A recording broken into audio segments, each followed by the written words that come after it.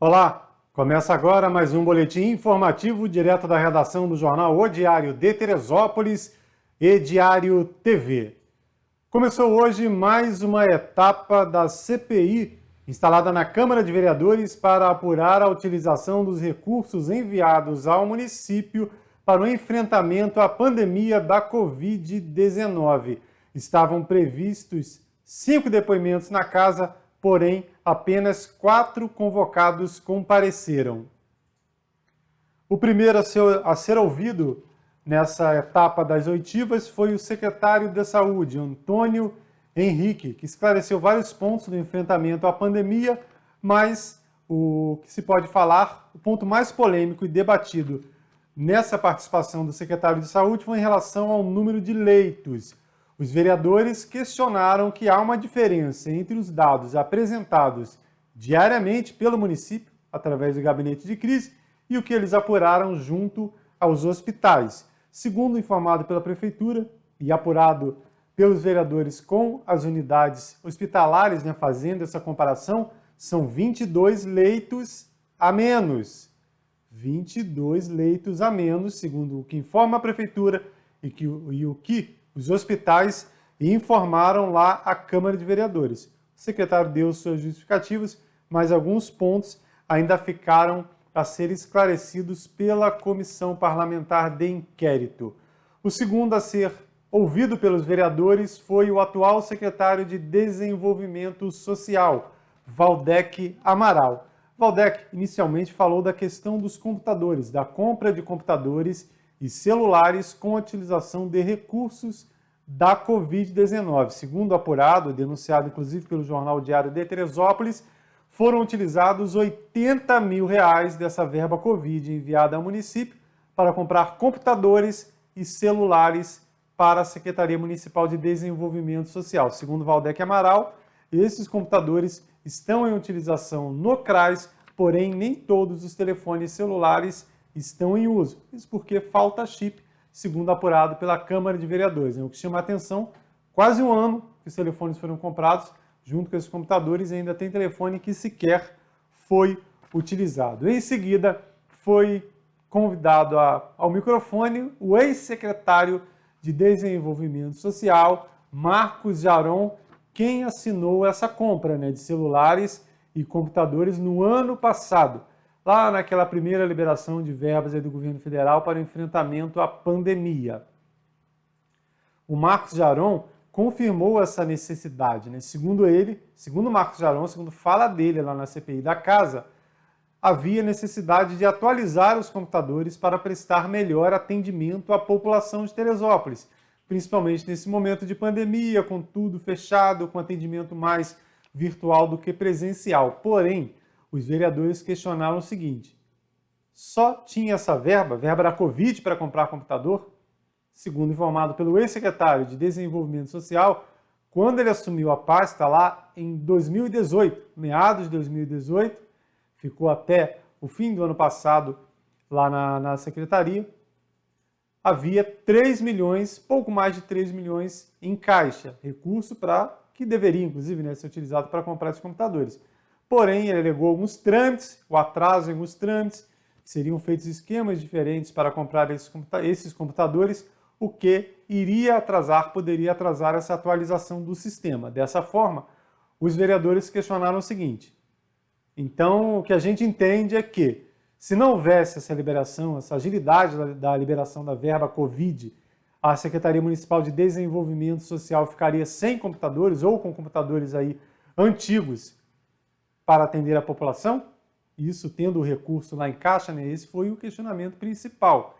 Não foi debatido na casa, por exemplo, a questão dos valores pagos por cada computador, cerca de R$ 3.500. Basta dar uma olhada no mercado esse valor, R$ 3.500, dá para comprar um computador top de linha, computador moderníssimo, inclusive para fazer edição de vídeo. Será que são realmente esses computadores que estão lá à disposição da Secretaria Municipal de Desenvolvimento Social? Isso que deve ser apurado também numa próxima etapa da CPI, porque tem necessidade de comprar computador com a verba Covid, mas será que o computador corresponde a a esse valor aplicado aí, R$ 3.500 por cada computador, é um valor altíssimo, né? Se a gente entrar em um site ali, vai achar computador lá do melhor por esse valor. Também foi falado pelos dois secretários aí de desenvolvimento, o atual e o ex, uma informação importante, que a Secretaria Municipal de Desenvolvimento Social não faz parte do gabinete de crise da Prefeitura. Esse gabinete que vem fazendo enfrentamento à pandemia da Covid-19, que deve agilizar o atendimento à população teresopolitana nesse momento aí de crise sanitária e econômica, porém, a Secretaria Municipal de Desenvolvimento Social, mesmo aí utilizando R$80 mil para comprar computadores e celulares, não faz parte do gabinete de crise. Então, o ex-secretário Marcos Jaron apresentou muitos documentos lá em relação à compra, à utilização do material. Esses documentos serão protocolados e continuarão sendo utilizados aí na investigação da CPI. Lembrando que ela deve ocorrer por pelo menos 90 dias. Esse é o prazo dessa CPI, que investiga como o governo Vinícius Clausen está utilizando as verbas enviadas ao município para o enfrentamento à pandemia da Covid-19.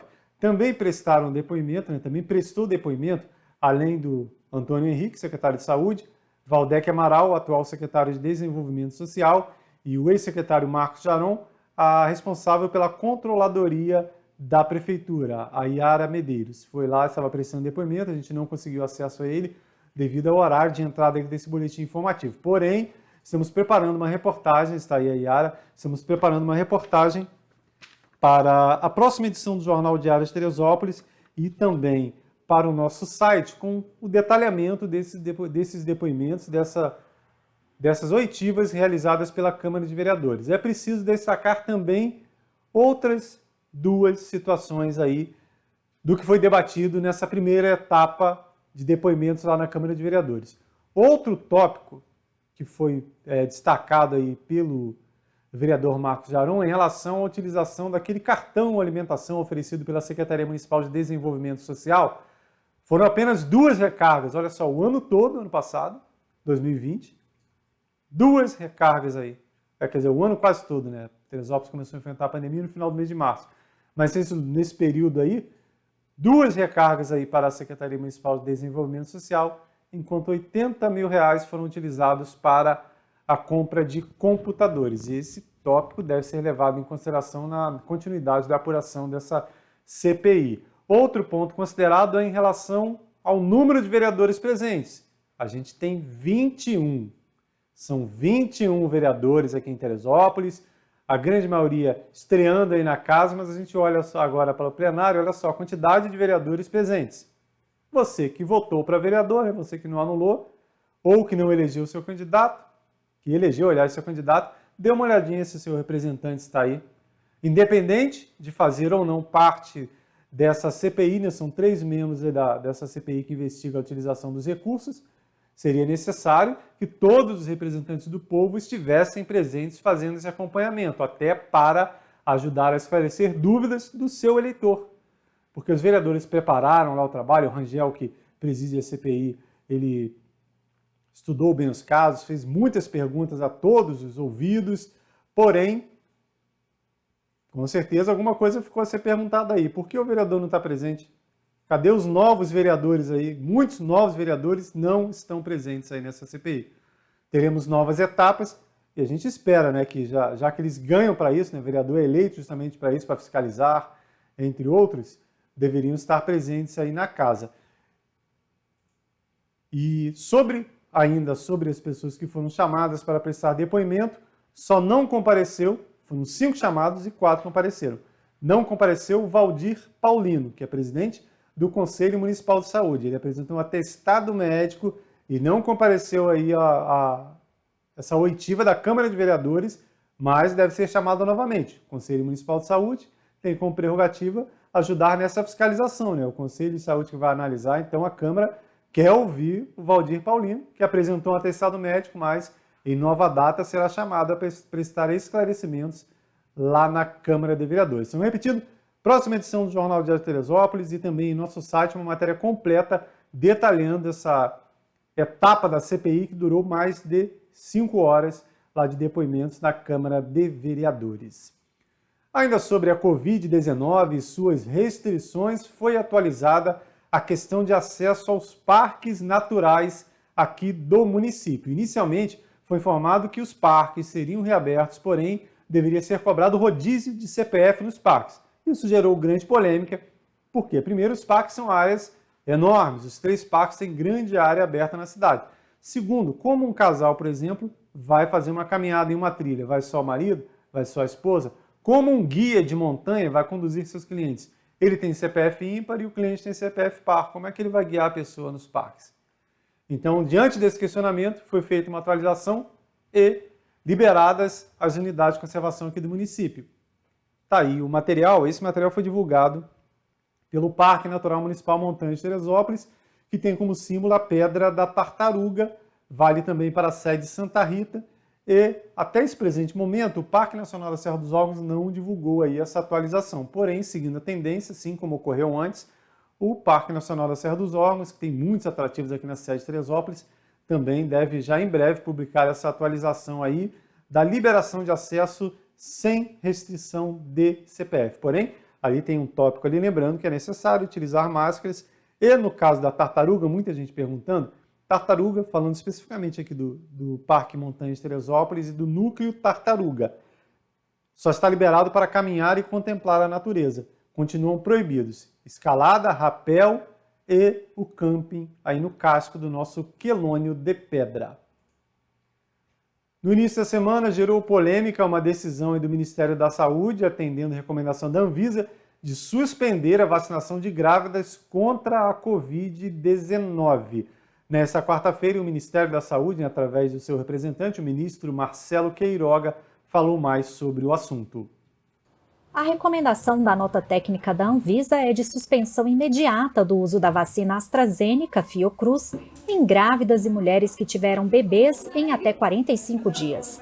A medida é resultado do monitoramento de possíveis eventos adversos da vacina após a morte de uma gestante de 35 anos e do feto. Não está claro absolutamente que a vacina tenha sido a causa dessa trombose e desse AVC. Nós estamos examinando detalhes de todo o prontuário, todos os exames de imagem, exames de sangue, etc., para que a gente chegue a uma conclusão e esclareça absolutamente a todos o que aconteceu. O Ministério da Saúde destacou que em abril, no momento em que foi decidida a inclusão de gestantes e puérperas no Plano Nacional de Imunização, foi avaliado o risco e o benefício do uso da vacina. O comitê, do qual eu não faço parte, decidiu por incluir gestantes no Programa Nacional de Imunização.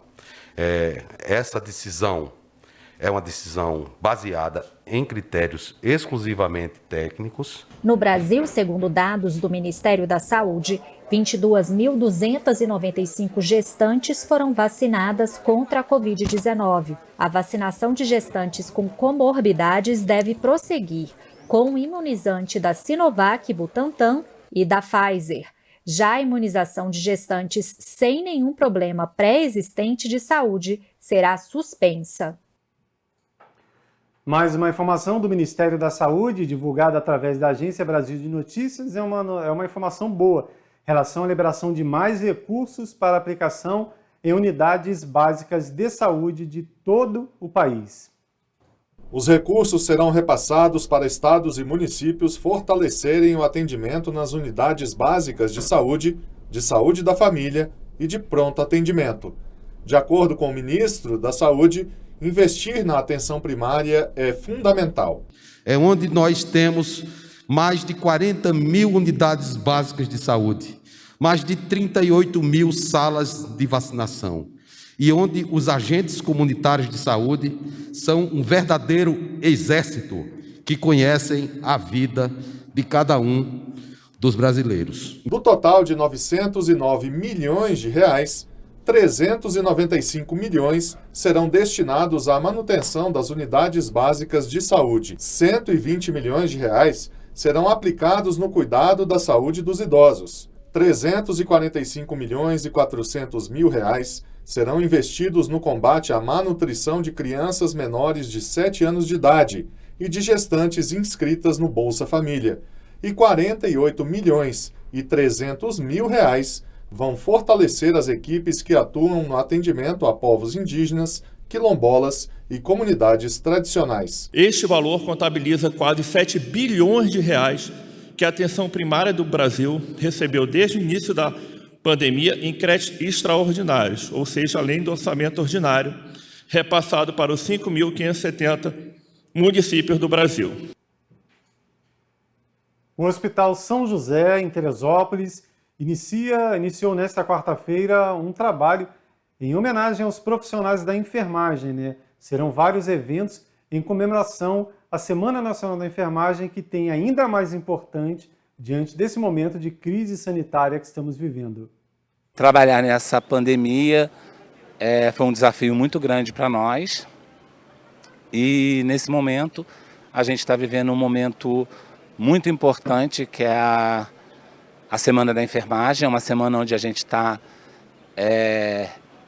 repensando tudo que nós passamos, revivendo alguns momentos. A gente tem... hoje pela manhã a gente já chorou um pouco. Hoje, dia do enfermeiro, dia 12 de maio. Dia 20, dia do técnico de enfermagem.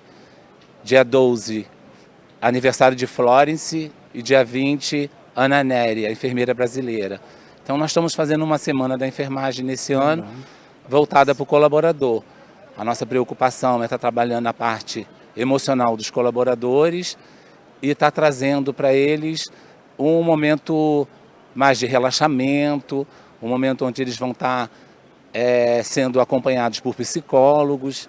E nós temos um momento hoje muito especial, que é o momento da gente louvar o Senhor. Nós temos uma missa. É o momento hoje de agradecer a Deus pelos nossos funcionários, pelas pessoas que ficaram à frente dessa batalha.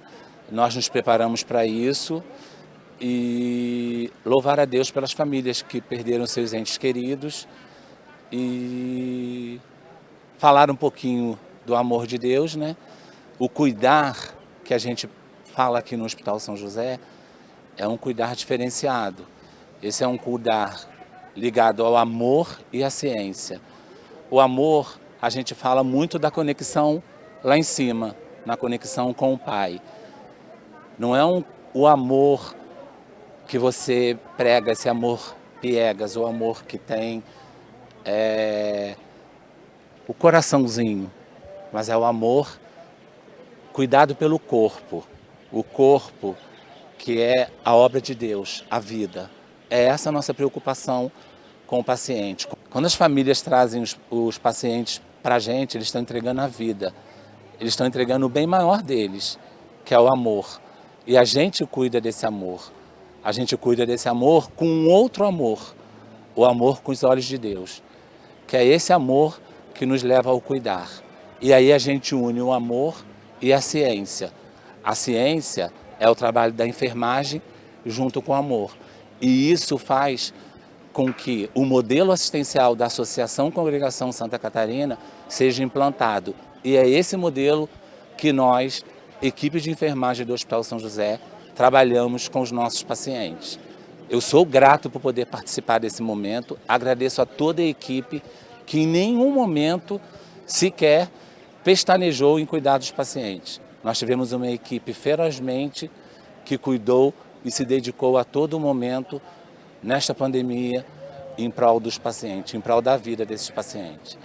Eu só tenho a agradecer em nome do Hospital São José e em nome da Rede Santa Catarina. Meu muito obrigado. Fica registrada aqui também a nossa homenagem a esses profissionais da saúde. E se você ainda não entendeu a complexidade dessa doença, os riscos da Covid-19 e como enfermeiros, técnicos em enfermagem e outros profissionais da área têm se desdobrado para continuar atendendo em um volume de pessoas muito maior do que era anteriormente, em uma situação normal, e colocando sua vida e a vida de familiares em risco.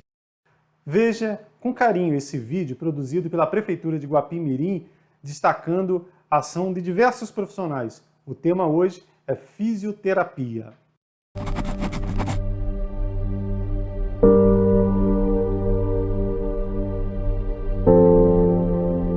Bom, Meu nome é Lorena, eu sou fisioterapeuta, trabalho no hospital já há um bom tempo e no momento estou como responsável pelo setor de fisioterapia aqui do hospital.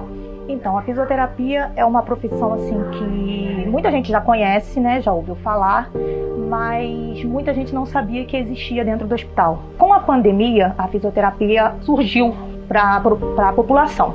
Muitas pessoas que foram internando com o Covid e a gente ia para atender e o pessoal não entendia o porquê. E a fisioterapia, sim, ela ajuda o paciente a voltar a respirar. A fisioterapia ela foca muito nessa área da parte respiratória, na terapia intensiva do CTI, os pacientes que acabam evoluindo para uma ventilação mecânica, os pacientes mais graves. E o fisioterapeuta ele está ali diariamente, 24 horas, monitorando esse paciente, reabilitando esse paciente, melhorando, ajudando a melhorar esse paciente junto com a equipe. E é de suma importância, porque não é só a parte respiratória. Chega um momento que a gente acaba fazendo uma reabilitação também com esse paciente.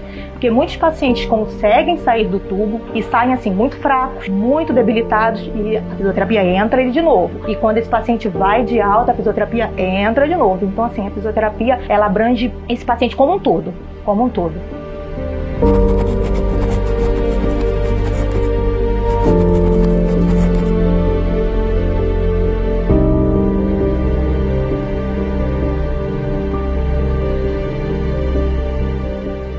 Teve, assim, não só um caso, teve alguns casos, mas teve um caso que um paciente jovem, né, assim, uma idade não muito jovem, mas também não era idoso, um paciente que chegou positivo para Covid, evoluiu para intubação e a equipe foi trabalhando, a gente conseguiu extubar esse paciente saiu de alta, ficou bem, teve certas dificuldades depois da alta, fez fisioterapia domiciliar, está se recuperando, mas assim, foi um paciente que marcou muito, porque no dia da intubação dele a gente não acreditava que ele ia conseguir sair não, ele estava muito grave, era um paciente bem grave e a gente conseguiu, trabalhando ali junto, que ele teve a alta.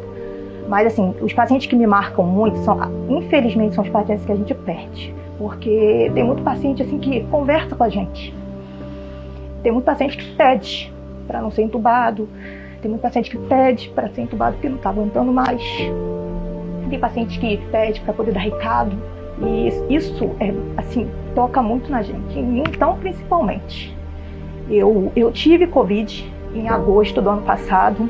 Fiquei bem, fiquei em casa, fiz meu isolamento, fiquei longe da minha mãe e da minha irmã. Minha mãe ainda não teve Covid. Minha irmã teve depois, mas também ficou bem. Mas assim, você fazer o isolamento em casa é horrível.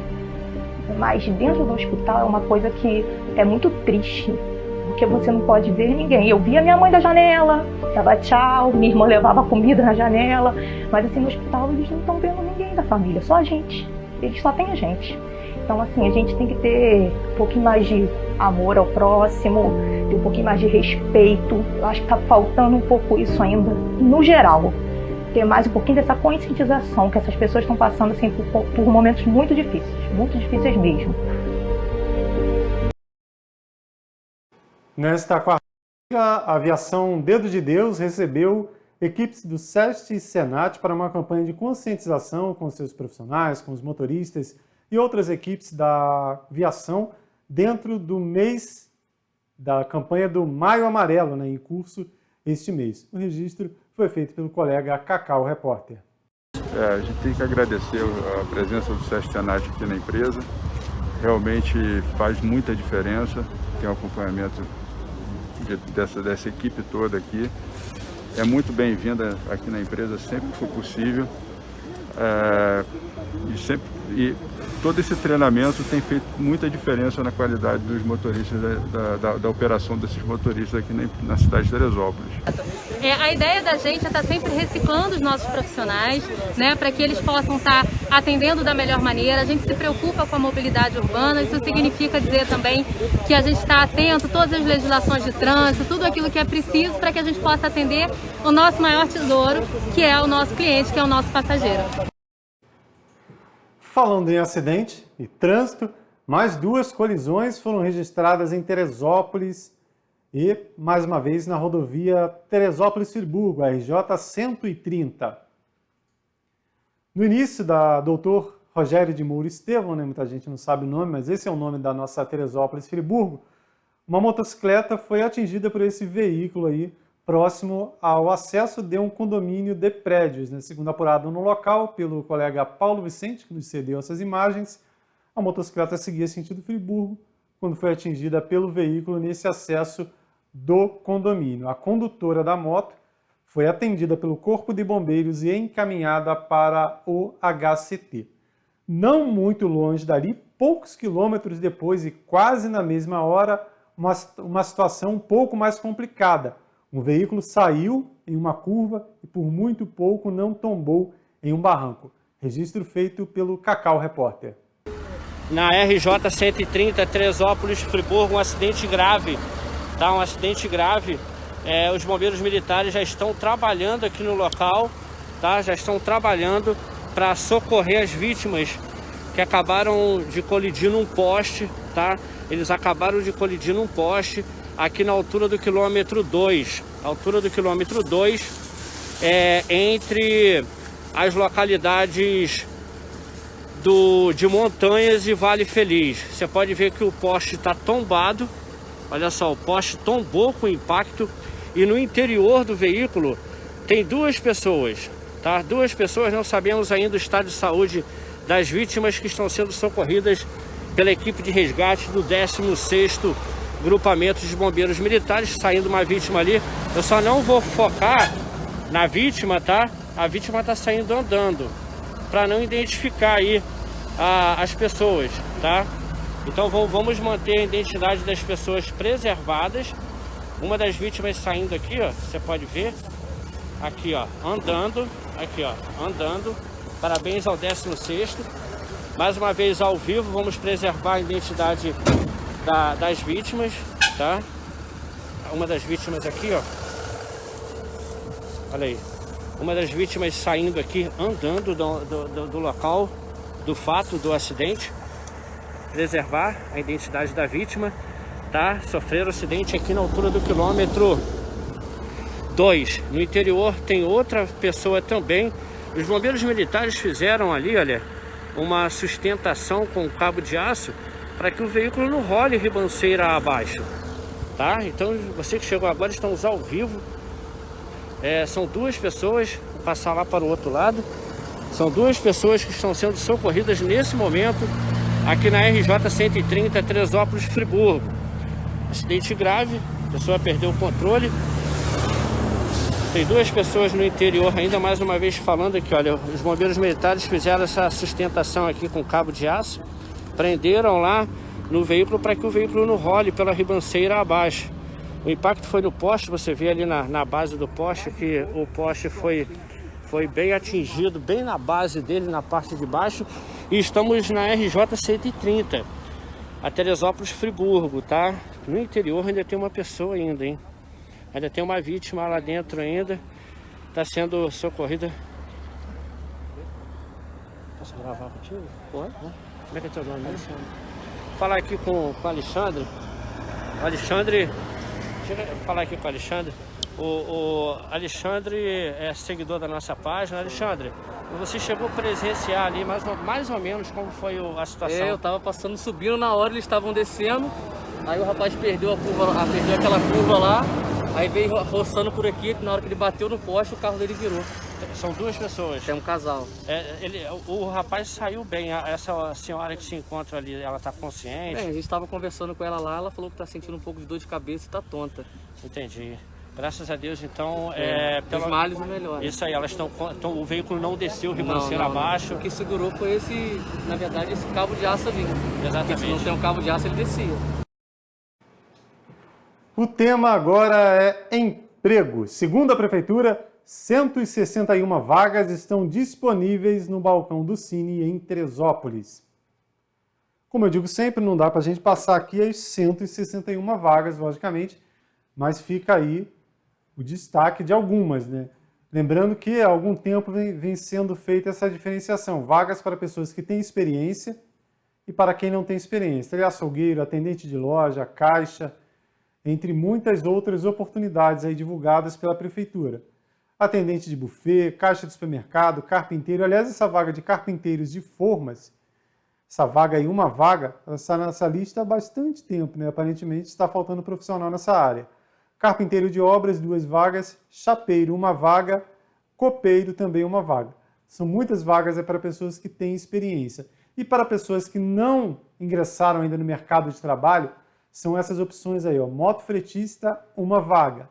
Oficial de serviços gerais, também uma oportunidade, e 10 vagas para passador de roupas.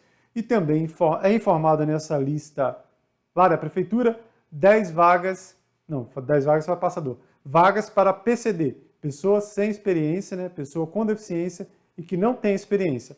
1 vaga para auxiliar administrativo e 3 vagas para oficial de serviços gerais. Lembrando que essas vagas estão disponibilizadas no site da prefeitura e lá você se cadastra e já pode ser encaminhado para alguma empresa. Mas se você não tiver acesso à internet, muita gente não tem essa facilidade de pegar no celular, no computador, ficar pesquisando página da prefeitura, aplicativo, nada disso.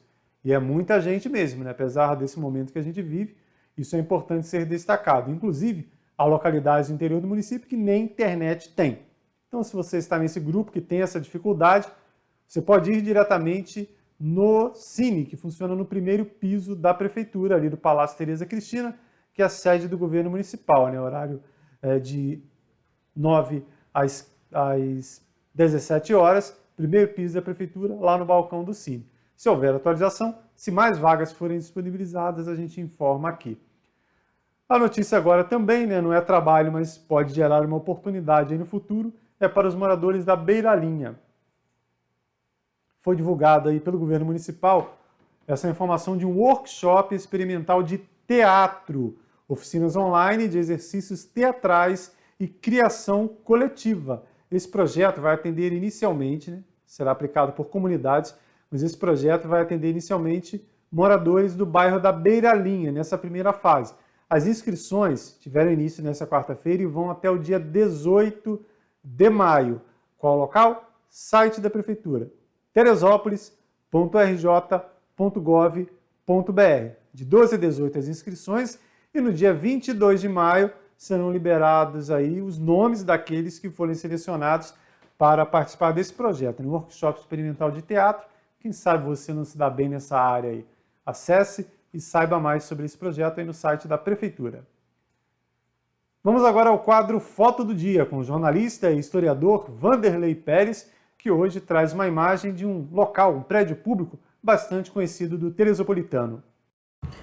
A nossa imagem de hoje são fotografias do ginásio Pedrão, que foi construído entre os anos 1977 e 1982, inaugurado naquele final de ano pelo prefeito de então, Pedro Jara, que ficou 6 anos na prefeitura, e que ainda deixou coisas por fazer na gestão seguinte, no período do Luiz Barbosa, e ainda um pouquinho no período do Celso. O ginásio é uma obra muito grande e algumas coisas ficaram para fazer depois. Mas foi uma obra muito importante, muito à frente do seu tempo, e feita toda ela com recursos da prefeitura por empresas de Teresópolis, né, e que hoje ainda é subutilizado. As pessoas não têm noção da importância do ginásio e do quanto ele pode ser útil à cidade. Imagina o Pedrão hoje, nesse tempo de pandemia, sendo usado como hospital de campanha. Naquela quadra do Pedrão cabe ali 60, 70 leitos UTI. E o Pedrão já tem banheiros,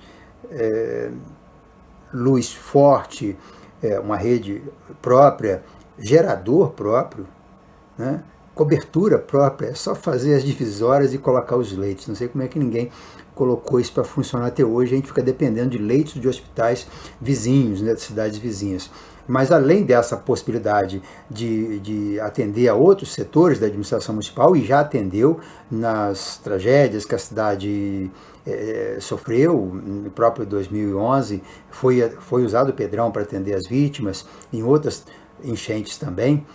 Então o Pedrão foi uma obra muito útil para Teresópolis. E uma obra construída com recursos da educação, recursos próprios do município, né? Prova de que quando se quer, se faz.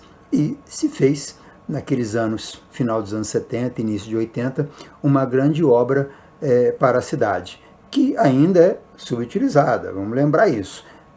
Tem um potencial para muito mais do que apenas ser uma escolinha de esporte, como vem sendo utilizado nesses últimos anos. É isso. Fotografia de hoje, Ginásio Pedrão, construído com recursos da prefeitura e que pode ser muito mais útil à cidade do que vem sendo.